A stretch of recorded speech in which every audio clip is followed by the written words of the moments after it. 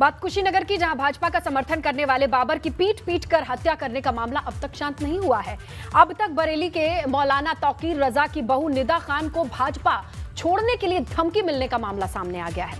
भाजपा नेता निदा खान ने एक आरोप लगाया है कि शादी समारोह में शामिल होने के दौरान निदा खान को वहां मौजूद लोगों ने घेर लिया। उन पर यह कहते हुए भाजपा छोड़ने का दबाव बनाने लगे कि वो भाजपा से तौबा करेंगी तभी उन्हें शादी समारोह में शामिल होने दिया जाएगा। निदा खान का कहना है कि उन्हें धमकी देने वाले लोगों ने कहा है कि भाजपा एक गैर मुस्लिम पार्टी है जिसमें 3 तलाक जैसे कानून को बना करके इस्लाम में दखल अंदाजी की है और बरेली के मुसलमानों ने कभी भी भाजपा का समर्थन नहीं किया है।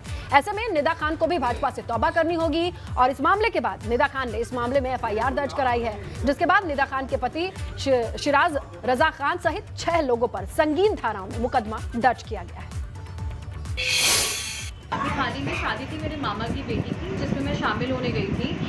जब मैं वहाँ पहुँचती तो उन लोगों का ये कहना है कि मैं पहले भाजपा से तौबा करूँ, उसके बाद ही वो मुझे शादी में शामिल होने देंगे।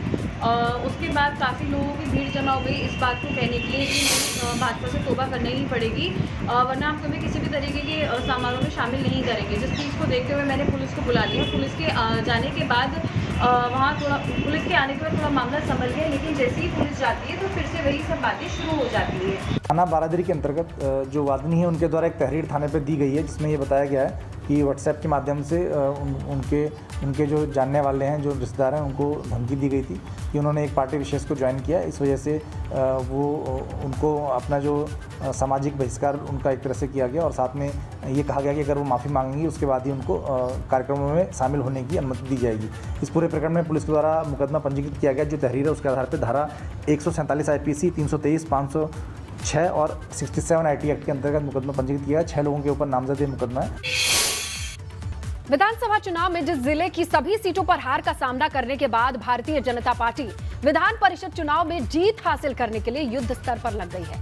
आजमगढ़ मऊ सीट से भाजपा के घोषित प्रत्याशी पूर्व विधायक अरुण कांत यादव की जीत के लिए आज बीजेपी के जिला कार्यालय पर आजमगढ़ और लालगंज के पदाधिकारियों की बैठक हुई। इस दौरान बहुजन समाज पार्टी को झटका देते हुए भारतीय जनता पार्टी ने हाल ही में संपन्न हुए विधानसभा चुनाव में गोपालपुर विधानसभा से बहुजन समाज पार्टी के प्रत्याशी रहे रमेश यादव को पार्टी में शामिल कराया है। रमेश यादव वर्तमान में बिलारियागंज से ब्लॉक प्रमुख हैं। उन्होंने अपने 200 प्रधान और बीडीसी समर्थकों के साथ बीजेपी की सदस्यता ग्रहण की और इसी मौके पर मुख्य अतिथि कामेश्वर सिंह ने कहा कि भारतीय जनता पार्टी विधानसभा चुनाव में जीत हासिल नहीं कर सकी, लेकिन एमएलसी चुनाव में पार्टी के प्रत्याशी अरुण कांत यादव की जीत सुनिश्चित है। पार्टी परिवार में पहले भी रहा हूं। विगत कुछ वर्षों में मैं एक तरह से निर्दल प्रमुख रहा हूं और मैं पुनः भारतीय जनता पार्टी में आकर करके गौरवान्वित महसूस कर रहा हूं। तो देखिए, आजमगढ़ और मऊ जहां पर सपा का प्रदर्शन विधानसभा चुनाव में तो बहुत अच्छा रहा, लेकिन बीजेपी ने कमर कस ली है कि एमएलसी चुनाव में ऐसा नहीं होगा। इसकी एक मजबूत रणनीति तैयार की गई है, जिसके तहत ये बड़ी तस्वीर निकल करके सामने आई और अब उम्मीद जताई जा रही है कि बीजेपी के प्रत्याशी की जीत सुनिश्चित है।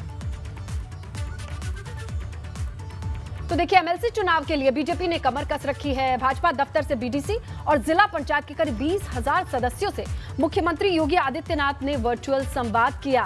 एमएलसी की बाकी बची 27 सीटों पर बीजेपी उम्मीदवारों के जीतने की और उन्हें जिताने की अपील की। मेरी आप सबसे एक विनम्र अपील होगी कि भारतीय जनता पार्टी के अधिकृत प्रत्याशियों को हम भारी बहुमत से अपने अपने क्षेत्रों से विजयी बनाने में अपना योगदान दें, क्योंकि भारतीय जनता पार्टी का प्रत्याशी जो जीतेगा, विजयी होगा, तो वह उस क्षेत्र के विकास के लिए पंचायत प्रतिनिधियों के से जुड़ी हुई समस्याओं को सदन में उठाने के साथ साथ उन समस्याओं का समाधान करने और आपके साथ एक बेहतर संवाद का एक माध्यम भी अपने अपने क्षेत्र में बन पाएगा।